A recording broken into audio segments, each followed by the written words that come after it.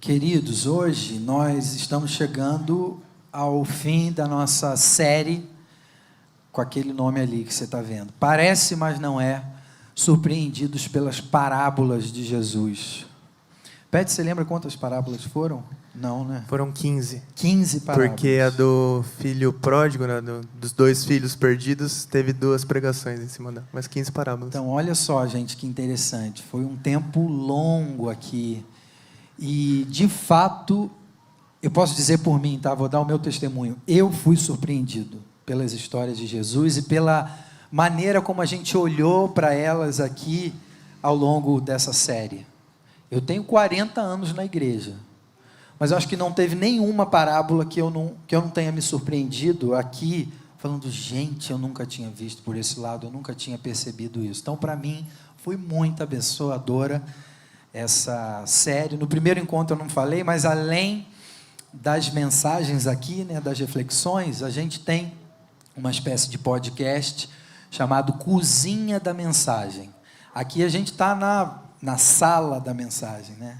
Mas tem um preparo anterior na cozinha da mensagem. Aí somos nós nos encontrando antes para pensar o que a gente vai falar dessa parábola, o que Jesus está querendo dizer com essa história. Então, além de ouvir aqui, eu acho que a partir de terça-feira, se tudo correr bem, você pode também acessar esse preparo na cozinha da mensagem, que eu acho que pode, né, tornar ainda mais rico a nossa compreensão da parábola. Você ia falar alguma coisa, Pet? Eu te cortei? Não. Então é isso. Quero ler com vocês a parábola de hoje, que é uma parábola, assim como tantas outras, que a princípio eu não gosto, eu acho estranho, eu leio e falo, por que Jesus contou isso desse jeito? Por que esse personagem é desse jeito? A coisa não é como era para ser. Jesus sempre inverte e pega a gente meio que no contrapé, assim, né? Por isso que a gente falou, parece, mas não é. As parábolas são enigmas, num certo sentido, que Jesus conta contando essas histórias. A que a gente vai ler hoje, a última da nossa série, chama assim, a parábola da viúva persistente. A parábola da viúva insistente. O título pode ser ainda maior, pode ser o juiz iníquo e a parábola do juiz iníquo e da viúva persistente. Mas a gente vai colocar só a parábola da viúva persistente, que é contada por Lucas no seu evangelho. Então vamos lá em Lucas, evangelho de Lucas, capítulo 18, versículo 1 ao 8. Lucas, do capítulo 18, do versículo 1 ao 8. Se você não tiver aí com a sua Bíblia ou com o aplicativo no seu celular, você pode ler na tela. E está escrito assim: Jesus contou aos seus discípulos uma parábola para mostrar-lhes que deviam orar sempre e nunca desanimar. Disse Jesus, contando a parábola: havia numa cidade um juiz que não temia Deus e nem se importava com as pessoas. Uma viúva desta mesma cidade vinha a esse juiz com frequência e dizia: faça-me justiça contra meu adversário. Por algum tempo, o juiz não lhe deu atenção, mas por fim, depois de muita insistência, ele disse a si mesmo: não temo a Deus e não me importo com as pessoas, mas essa viúva está me irritando tanto que eu vou lhe fazer justiça, pois assim ela deixará de me importunar. Olha isso. Então Jesus disse: aprendam uma lição com esse juiz mau. Aí você fala, pô, Jesus, sério? Você vai pegar ele a gente tem alguma coisa para aprender com esse juiz? Acaso Deus não fará justiça a seus escolhidos que clamam a Ele dia e noite? Continuará a adiar sua resposta? Eu afirmo que Ele lhes fará justiça e rápido. Mas quando o Filho do Homem voltar, quantas pessoas com fé, como a fé dessa viúva, Ele encontrará na terra? Percebe que é uma parábola estranha? Uma viúva insistente, um juiz que deveria temer a Deus, porque ele é um juiz debaixo da lei de Moisés, e que deveria se importar com as pessoas, porque ele é juiz para isso. E esse cara, e fica bem claro, Jesus está contando isso. Isso aqui não é uma narrativa, isso é uma história que Jesus criou, inventou. E não é à toa que ele dá essas características para cada um desses personagens. A gente já vai falar mais sobre eles, Luana, mas antes eu quero voltar um pouquinho, só para a gente entender, porque eu fico pensando, por que Jesus contou essa história? O que levou a Jesus a contar a história de uma viúva insistente e de um juiz maligno que não atendia, mas que por fim atendeu pensando nele mesmo. Eu quero me livrar dessa pessoa chata.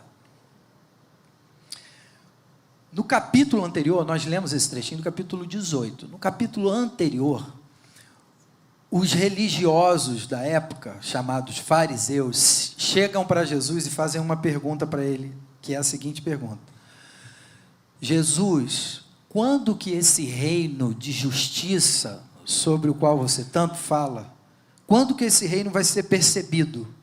Quando que esse reino vai fazer alguma diferença nesse mundo tão injusto? Eles perguntam isso para Jesus. E aí Jesus responde assim: esse reino, ele não é percebido visivelmente. Mas olha interessante, imagina Jesus falando isso. Esse reino não é percebido visivelmente. O texto diz, não dá para você dizer, está ali o reino. Não dá para dizer, o reino está lá. Mas esse reino já está entre vocês. Eu fico imaginando, eu no lugar de Jesus, eu diria, esse reino já está entre vocês. Mas Jesus não fala isso. Mas ele é a presença do reino já presente.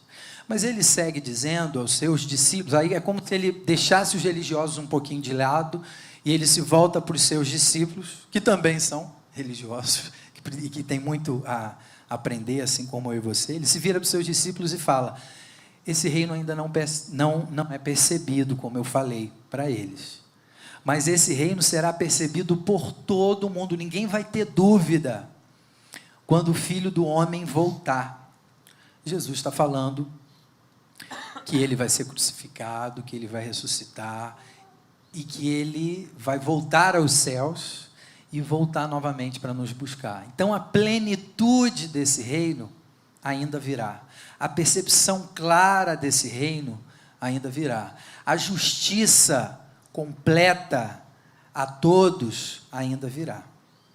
Mas qual é o paradoxo que essa fala de Jesus encontra no meu, no seu coração e no coração das pessoas que estão ouvindo aqui?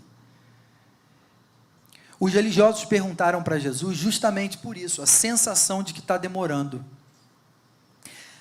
Os ouvintes dessa história aqui têm a sensação de que esse reino de transformação, de libertação de um povo oprimido por Roma, está demorando demais. Agora, o que dizer de pessoas que ouvem esse texto 2000 anos depois, eu e você? Cara, faz 2000 anos que Jesus falou isso. Acho que deu ruim. O reino não engrenou. Não é possível. O texto que a gente leu ainda diz que virá rápido. E a gente fica com essa sensação, eu continuo vivendo num mundo em que os efeitos desse reino que é chegado são mínimos, é muito fraco. Eu vejo com mais facilidade a injustiça, eu sinto a violência de ser injustiçado dia a dia, seja no trato com juízes maus, seja no trato com professores esgotados, que parecem não interessar em me ensinar, e eles vivem tempos tão difíceis também, injustiçados, recebendo mal. Eu me sinto injustiçado, às vezes, quando eu olho para a minha referência de família, Pet? E vejo uma outra que fala, pô, aquela família é legal. Eu estou numa família onde meu pai não cuida de mim, onde eu sinto a distância deles, eu não me vejo amparado. E tudo vai dando sinais de que, cara, esse mundo, a conta não fecha. Esse mundo está quebrado, está desajustado. Eu sigo um como é que chama? YouTuber. Sigo um youtuber do Flamengo. Eu sou flamenguista, tá, gente? Sempre faço questão de falar isso. Eu sigo um youtuber do Flamengo que ele, no momento, ele está meio triste com o Flamengo, porque o Flamengo teve chance de estar na ponta do campeonato, não está, e ele falou, eu não tenho, gente, mais o que falar sobre o Flamengo. Vídeos recentes dele, sabe o que ele tem falado, ao invés de falar sobre o Flamengo? Ele diz, ele é judeu, e ele está profundamente machucado, preocupado com a guerra. Ele não é cristão, ele não é de igreja, mas a fala dele nos vídeos dele para falar sobre o Flamengo tem sido, gente, o que está acontecendo com esse mundo? Isso me surpreendeu. Eu botei nele para ouvir sobre o Flamengo, sobre a miséria do Flamengo, mas ele começou a falar sobre a miséria do mundo. Ele dizendo, gente, está errado, alguém tem que apertar o reset. Me surpreendeu isso. A pessoa, um mínimo de sensibilidade, pode ser um flamenguista. Ela vai perceber que o mundo está desajustado. Porque todo mundo experimenta, em algum nível, essa sensação da injustiça, do desajuste, e por aí vai. Eu queria começar perguntando para os meus amigos aqui, perguntando para a Luana. Lu, compartilha com a gente, se você tiver algum momento em que você sentiu esse tipo de coisa. Cara, não era para ser assim. Eu não merecia isso, ou alguém não merecia isso. Isso está injusto, isso é a maldade do mundo, não era para ser desse jeito. Diga aí. Eu tenho uma história, eu fui contratada para trabalhar numa empresa e para cortar os gastos, eu absorvi várias áreas ali, né? Estava fazendo serviço de 2, 3 pessoas e eu estava me doando, fazendo tudo que eu podia, comecei a ficar ansiosa, falei, meu Deus do céu. Chegou uma segunda pessoa, que era de confiança, né, dos diretores, e ela estava tentando estruturar lá as coisas, e eu achava que ela iria me ajudar, colocando a mão na massa, fazendo as coisas, mas nada disso aconteceu. Passou o tempo, contratou uma terceira pessoa, e aí essa pessoa trouxe um alívio para a minha demanda, eu fiquei bem mais tranquila. E essa pessoa de confiança um dia me chamou para fazer um feedback e falou assim, Luana, então, eu ia te mandar embora, mas eu resolvi não te mandar embora. Eu já tinha até selecionado os currículos. Eu falei, poxa, mas por que você não veio conversar comigo antes, me dar um feedback, e, enfim, você deixou chegar nessa situação, eu fiz tudo o que eu podia, eu me entreguei, né? E ali eu me senti super injustiçada. Falei, caramba, então eu sou só um número? Assim. Você ia falando, eu achei que você ia mandar embora, ia ser mandada embora, mas não foi, graças a Deus. No entanto, o sentimento fica. Cara, ela veio me confessar que ela estava para me mandar embora. Péssimo isso, gente. Pet, algum sentimento nesse sentido? Eu fiquei pensando que Deus escolhe se apresentar para a gente por meio de figuras que a gente entenda, né? Então, às vezes, aqui na história, ele usa de um juiz, né, para mostrar a diferença de como o juiz Deus é, mas ele usa outras figuras na Bíblia, né? Por exemplo, a de um pai, né, que acolhe. E eu cresci num lar que meus pais se separaram quando eu ainda era criança, né? E eu sei que é a realidade de muitas pessoas aqui, né? E quando eu era criança, você não entende direito as coisas, né? E eu fiquei olhando que, na minha época, já tinha muitos filhos de pais divorciados, tal. Mas tinha um amigo meu que os pais dele não eram divorciados. E ele era assim, ele era mais rico que eu, tal. Às vezes eu ia dormir na casa dele, ele tinha um quarto só para ele tinha vários videogames, eu achava muito legal. E eu achava, não, porque os pais dele estão juntos, né? Por isso que ele tinha um juicer lá no café da manhã. Sabe o que é isso? É de fazer suco? Ele colocava laranja, saiu o suco de laranja já. Era muito incrível. E eu ficava falando, se os meus pais estivessem juntos, a minha vida ia ser assim, com vários videogames, com um juicer no café da manhã. Se eles tivessem juicer, eles não tinham se separado. Pois é. Provavelmente. Talvez seja isso. Mas e eu fiquei pensando, o quanto a gente não traz a nossa bagagem dessas figuras, seja a figura paterna, materna, para a nossa relação com o pai, né? Então, durante a adolescência, meu pai não estava tão perto, ele morava em outra cidade. E eu coloquei isso, eu falei, não vou criar expectativa. E eu transferi isso ao longo da minha vida para a minha relação com Deus Pai também. não vou criar expectativa, não vou importunar Deus com essa coisa pequena aqui, porque Ele deve ter coisas mais importantes para ouvir. E é essa relação, né? Cara, isso que vocês falaram, gente, me toca muito. Talvez esse seja um primeiro ponto dessa mensagem hoje, que não tem pontos. Mas eu acho que esse talvez seja um da gente colocar. Vê comigo, a nossa percepção a respeito de Deus, ela se dá a partir de referências que a gente tem nas nossas interações de um mundo injusto e caído. Então, por exemplo, se eu cresci numa casa onde faltava o básico, faltava o pão, e alguém me apresenta Deus como o provedor de todas as coisas, provavelmente eu vou dizer, eu não creio. Se eu cresci numa casa onde o meu pai abusa de mim, me maltrata, ou é ausente, e alguém fala, Deus é pai, fala, Deus me livre. É por isso que Jesus conta de um juiz nessa parábola, e Deus é posto pelas Escrituras como justo juiz, mas ele nos fala de um juiz iníquo, um juiz mau, que se parece mais com alguns, os juízes aqui presentes, não fiquem bravos comigo, mas em toda a área está contaminada. Nós temos o conhecimento de juízes maus, e quando a gente se volta para o Deus que é posto como juiz, a gente está pensando, quando você ora a Deus, você está pensando, eu estou falando com alguém que tem dificuldade de ouvir. Estou falando de alguém que se importa mais com ele do que com as pessoas. Esse juiz colocado na parábola, ele não foi colocado à toa, ele é um paralelo com Deus, porque ele é alguém que tem nas mãos poder, e tem nas mãos a vida de outras pessoas. Ele decide sobre o futuro dessa viúva aqui. Então existe esse paralelo com Deus. No entanto, Deus é um tipo de juiz, é um tipo de pai totalmente diferente daquilo que a gente conhece. Mas muitas vezes a gente se relaciona com ele como se ele fosse um pai mau, como se ele fosse um juiz ladrão.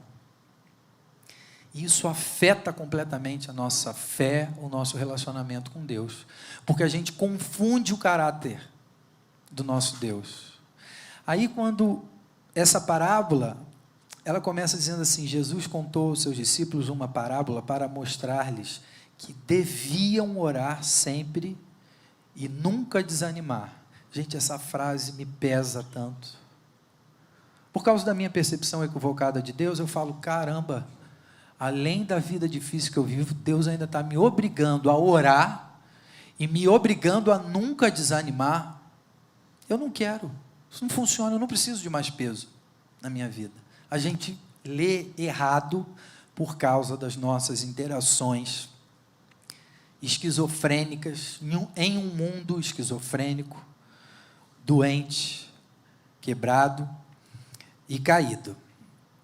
É importante a gente pontuar isso, foi muito importante, Luana, você ter falado e o Pet ter falado, porque isso nos ajuda com uma percepção inicial aqui, nessa nossa caminhada. A Bíblia, gente, ela fala desse paradoxo. Tem duas expressões muito repetidas na Bíblia, eu não sei se você já ouviu, mas a Bíblia fala do sofrimento do justo. Isso, peraí, então está errado. Por que o justo está sofrendo? E a Bíblia fala da prosperidade do ímpio. O que é ímpio? Ímpio é a pessoa má, a pessoa que não teme a Deus, e sobretudo, né, no contexto aqui, a pessoa que não teme ao Deus de Israel, a pessoa do povo que fala, Deus, eu não quero nada contigo, e a pessoa que não se importa com as pessoas. Esses prosperam, e os justos sofrem, padecem. Percebe esse paradoxo? A Bíblia está apontando, a Bíblia não romantiza o mundo, muito pelo contrário. Esse mundo, do jeito que ele está, não presta. Não está dando certo. A partir disso, gente, quero recontar para vocês a parábola. O Marcos costuma dizer, eu vou contar aqui agora melhor do que Jesus contou. O Marcos costuma dizer isso, mas, por favor, não é verdade. Ninguém riu, eu vi que vocês ficaram preocupados. A parábola diz o seguinte, havia numa cidade um juiz. Então vamos pontuar só para relembrar, quem é um juiz? Juiz é alguém que tem poder e é alguém em cujas mãos está a vida de outras pessoas. O texto segue dizendo o seguinte: uma viúva daquela cidade vinha a este juiz com frequência e dizia: faça-me justiça contra meu adversário. Quando a gente lê na Bíblia, quando a gente é apresentado a figura da viúva na Bíblia, a gente deve sempre transportar a nossa percepção para aquele contexto. O que é uma viúva na Bíblia? É a representação da vulnerabilidade completa humana. Viúva é alguém que não tem condições de subsistência naquele contexto. Essa viúva que chega para o juiz e diz: faça-me justiça contra meu adversário, muito provavelmente, comentários dizem, é uma viúva que está sendo abusada por alguém, quando deveria estar sendo protegida pelo Estado, pela lei. A Bíblia, quando vai falar de vulnerabilidade, ela fala de viúvas e órfãos, filhos sem pais e mulheres sozinhas na vida, porque o marido foi para a guerra, muitas vezes o filho também ia, e ela ficava sozinha. Naquele tempo ela não tinha lugar na sociedade, ela não tinha condição de obter o seu sustento.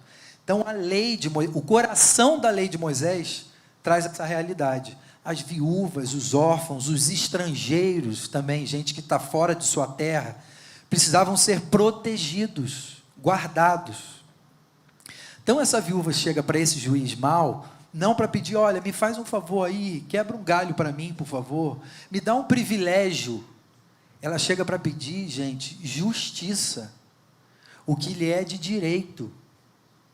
E o juiz, ela pede uma vez, o juiz diz não, ela pede outra vez, enfim, o texto diz que ela vinha com frequência encontrar o juiz.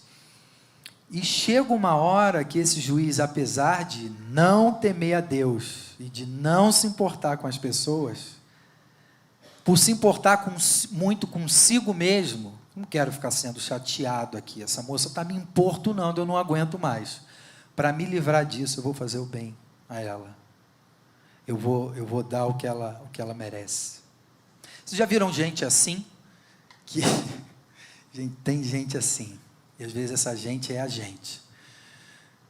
Que vai fazer o bem, mas faz questão de deixar claro: eu não gosto de você não. Eu não me importo a mínima com você. Mas eu estou fazendo isso. Mas que fique bem claro, hein? Já viu gente assim? Gente, às vezes a gente é assim, sem perceber. Então ele faz questão de dizer: eu vou dar o que você está pedindo, mas eu quero lembrar, eu não temo a Deus e eu não me importo com as pessoas. É interessante porque a gente conhece pessoas que temem a Deus, dizem que temem a Deus, mas não se importam com as pessoas. Tem gente assim. O apóstolo João, na sua primeira carta, ele inclusive diz: abre o olho com esse tipo de pessoa, tem mentira aí. Alguém que teme a Deus e não se importa com as pessoas, essa conta não está fechando. Tem um outro tipo de pessoa, que não teme a Deus, mas que é boa, que faz o bem. Eu tenho amigos que não temem a Deus, mas que são caras bons, amigas que fazem bondade. Tem o tipo de gente que a gente vê e que deve ser referência para a gente, Pet, que são pessoas que temem a Deus e, consequentemente, fazem o bem, se importam com as pessoas. Eu quero ser esse tipo de pessoas, embora muitas vezes eu me pegue sendo os outros que eu citei anteriormente. Ainda tem um outro tipo, que é o tipo do juiz. O juiz é mais raro. O juiz, ele não teme a Deus, ele não se importa com as pessoas. Mas pior ainda, ele tem coragem de dizer isso, de verbalizar. Porque normalmente, quem não teme a Deus e não se importa com as pessoas, não fica falando isso. Esse cara, ele tem uma energia moral impressionante. Porque ele diz, olha, eu quero deixar bem claro aqui, eu não temo a Deus, eu não me importo com as pessoas. De uma certa maneira, esse tipo de interação, que nós conhecemos esse tipo de pessoa na vida, ela nos projeta um Deus no qual a gente não confia, do qual a gente desiste de esperar qualquer coisa boa. Por isso o texto diz, o dever de orar, a gente fala, não, eu não quero, eu não vou orar, eu não acredito nisso. No final das contas, lá no fundo, no meu coração, eu não conto isso para ninguém, mas eu não acredito, já cansei. E fazem 2000 anos que Jesus disse que esse reino viria e não veio ainda. Então, gente, é por isso que Jesus conta essa parábola. Ele conta essa parábola porque ele conhece o nosso desânimo. Ele conhece, de uma certa forma, a nossa visão distorcida de Deus. Não por acaso ele veio a nós. Ele encarnou. Ele passou pelas dificuldades que nós passamos no mundo caído e quebrado. Então esse é o Deus que pode virar para mim, para você e dizer, eu estou entendendo você. Eu entendo que quando eu falo sobre dever de orar e nunca desistir, isso soa para você como peso e mais culpa na sua vida. Mas ele conta essa história para virar uma chave na nossa cabeça. Porque ele diz, a conclusão dessa parábola, ainda não a conclusão da nossa reflexão, mas quase, mas a conclusão da parábola é o seguinte, ele vira para os seus discípulos e diz assim, aprendam uma lição com essa história. Acaso Deus, que não é segundo a imagem que você pinta dele, Deus não fará justiça aos seus filhos que clamam a ele dia e noite? Continuará a adiar sua resposta? Você tem a sensação na sua vida de que ele tem adiado a resposta? Eu vou até parar para fazer essa pergunta. Luana, você, certamente, você já experimentou isso, Pet também, eu também, cada um de nós. Conta aí para a gente alguma situação que você falou, não é possível. Essa coisa de desanimar é do ser humano, né? E como você falou sobre o reino, todo dia eu fico, quando que Jesus volta? Cadê o reino dele? Cadê o reino? Cadê? E um dia desses, eu tenho um familiar que ele tem problema com álcool e droga, e ele já deu muito trabalho, a gente já teve diversos problemas com ele, e nesse dia eu estava, Jesus, eu cansei de orar. Deus, é impossível, essa situação não dá para ser transformada. Se o Senhor quiser fazer algo, o Senhor vai fazer. E aí eu tinha vindo no culto, e o Fontana estava pregando nesse dia, ele estava fazendo um encerramento. E aí ele estava falando sobre uma situação pastoral, que ele não estava vendo um bom desfecho, e ele comentou com o Marcos. E aí o Marcos falou assim, olha, tudo indica que não, que vai dar ruim. Que não vai dar certo. Que não vai dar certo. Mas a gente faz a pastoral acreditando no milagre. E aquilo para mim foi assim, você ora acreditando no milagre, mas quem é transformado é você. A oração, ela transforma o nosso coração mediante as situações da nossa vida, né? A nossa vocação é crer em Jesus, é crer que Ele pode fazer as coisas e transformar o nosso ser. Muitas vezes não vai transformar imediatamente aquela situação, porque Ele não vive no nosso tempo, Ele vive em um outro tempo, né? Verdade, Lu. Pede. E a gente crê que Deus pode transformar situações também, né? Por isso que a gente ora, mas no processo Ele vai transformando a gente também. Tem uma história sobre oração que marcou muito a minha vida, aconteceu há uns 20 anos. Um tio meu estava bem ruinzinho, estava já no hospital, e a família se encontrou para orar junto, né, pela situação. Tal.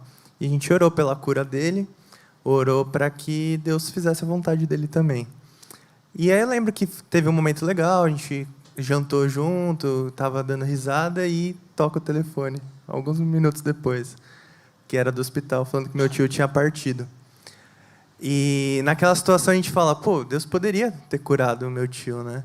Mas ele também fez um milagre ali, de transformar o coração de uma família inteira, né? Vários corações ali. Coração da viúva, que ficou, mas foi consolada por Deus. Então, no processo de oração, Deus está transformando a gente também. Ainda que aquilo que a gente está pedindo não aconteça. Deus está transformando e Ele está com a gente, Ele nos ouve, Ele vem nos acolher, né? Verdade. Isso que a Lu falou, né, que Deus está num outro tempo, de fato, Ele não está preso à nossa agenda, Ele não está preso ao meu relógio aqui, as horas que passam corridas, deixando a gente desesperado aqui. Graças a Deus, a agenda dele não é a minha, é melhor do que a minha. Quem nunca teve a experiência, talvez alguns não, mas talvez alguns sim, na juventude, na adolescência, você orando para Deus, aqueles anseios mais profundos do coração da gente nesses tempos. Fulana ou fulano, cara, era com essa pessoa. Senhor, abençoa, me ajuda para que eu consiga, enfim, trocar uma ideia legal e a gente possa namorar e casar. É a pessoa da minha vida, Senhor. Ouve o meu clamor, e a pessoa vai a Deus, e vai a Deus, e vai a Deus, e vai a Deus, e Deus não responde. Aí, anos mais tarde, você esbarra com a pessoa na rua. Depois, você já está casado, já está com os filhos. Aí você esbarra com a pessoa na rua e você fala, Pai Santo, louvado seja o teu nome, porque tu és um Deus que não ouve a oração do justo. Nosso coração precisa ser transformado, gente. A gente muitas vezes a gente tem certeza do que a gente está pedindo, mas a gente não sabe o que a gente está pedindo. E graças a Deus por isso. Graças a Deus pelo tempo dele, que é o tempo do reino, que é o tempo da realidade por trás desse sistema disfuncional no qual a gente vive. É o tempo dele. Nosso Deus é maravilhoso. Eu lembro de uma história, para terminar, que eu vivenciei lá em casa, com os meus filhos. Lá em casa, os meus filhos, até hoje, eles têm dificuldade de dormir. Um tem 8 e o outro tem 6. O de 8, quando era bebezinho, não dormia por nada, chorava muito, atrapalhava a vizinhança e tal. Depois, beleza, ele está dormindo bem hoje. O João, que é o mais novo, tem 6 anos, ele dormia muito bem quando era bebezinho, mas agora ele tem uma dificuldade enorme. Ele tem insônia, ali, e a gente está estudando o que está acontecendo, por que isso? Mas o que acontece? Por causa desse cenário de dificuldade do sono, eu desenvolvi com eles um ritual do sono, de noite. Esse ritual ele tem que começar assim, durante a tarde já vai escurecendo as coisas, vai silenciando, todo um preparo para aquilo. Aí no dia que eu estou de bom humor, eu pego o violão e falo, vamos tocar aqui dois cânticos reflexivos aqui, tranquilos. Aí o João normalmente pede Não É Mais Segredo, que a gente cantou hoje, o Gabi pede uma da Lagoinha, e beleza, a gente canta e tal. Isso às vezes, mas o que sempre acontece, antes de dormir eu oro com eles, e fechando a oração a gente disse amém, eu digo para eles a seguinte coisa, qualquer coisa é só, aí eles, te chamar, e eu repito, mas qualquer coisa mesmo, qualquer coisa, é só o quê? Só te chamar. Então, a nossa frase é... Ontem de noite eu testei com eles para não contar mentira aqui para vocês. Qualquer coisa, os dois repetem já da cama deles. É só te chamar. Logo que eu instituí esse ritual, eu me vi em apuros. Porque eles começaram a deitar e rolar na minha vida. Deitar e rolar é uma expressão da década de 70. Deitar e rolar é o seguinte, eles de noite, já tudo silêncio, dormindo, papai, aí eu falava, oi, vem aqui. Aí eu ia. Chegava na porta do quarto e falava, o que foi? Eles diziam, nada não. Foi só para saber se você está ligado e se você está cumprindo qualquer coisa. E eu comecei a falar, cara, acho que não deu certo esse ritual, não. Mas o João, com a insônia dele, um dia de madrugada eu ouvi um choro. Ninguém chamou papai. Eu ouvi um choro. Aí eu fui para o quarto ver o que estava acontecendo. O Gabriel estava, né, no beliche em cima, dormindo. Embaixo a cama do João vazia. Falei, ué, cadê o João? Ouvi mais um pouquinho o choro. Está na sala. Fui para a sala. Na sala, ele estava sentado assim, ó, em frente ao nosso sofá, num tapete, com a cabeça assim, e chorando, baixinho. Gente, aquilo me assustou. Falei, que isso, filho? O que está acontecendo? Ele virou para mim, com uma carinha assim de desânimo, o olhinho vermelho, cheio de lágrimas, e ele falou, papai, de novo, eu não estou conseguindo dormir. Gente, aquilo rasgou meu coração, embora seja algo tão singelo, tão pequeno. Mas eu virei para ele e falei, filho, por que você não me chamou? Você tinha que ter me chamado. O dever está nessa palavra. Filho, você tinha que ter me chamado. Não passa pelo que você está passando sem chamar o meu nome. A gente não combinou qualquer coisa é só chamar? E ele falou, mas você não consegue me fazer dormir. Eu falei, é verdade, talvez eu não vá te fazer dormir, eu não posso te dar um remédio, o remédio que eu tomo.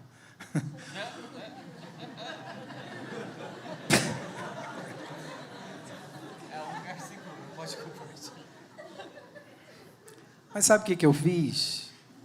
Falei, filho, eu não consigo te dar, talvez, ou diferente de Deus, tá, gente? Vamos tomar cuidado com isso. Deus consegue todas as coisas, mas eu falei para ele, eu não consigo te dar exatamente o que você espera de mim nessa hora.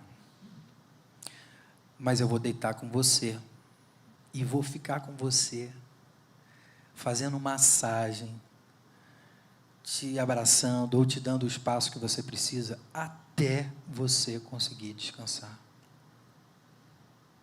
O reino que já está presente é isso.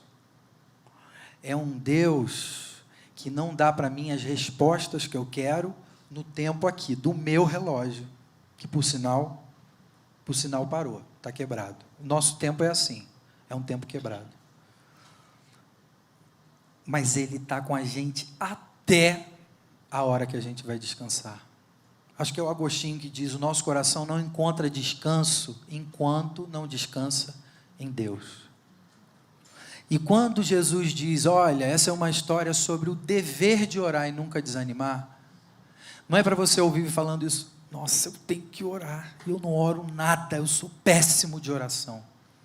Mas Jesus está dizendo para mim e para você o seguinte, qualquer coisa, não deixa de me chamar, porque a oração é isso, a oração é a prática da presença do Pai perfeito. Oração é a prática da presença de Deus. Paulinha hoje, eu acho, falou, eu não lembro quem foi, se foi Luana, aqui no intervalo, mas falou, quando Deus diz do dever de orar, não é porque Ele está nos obrigando a orar, é porque Ele quer estar com a gente.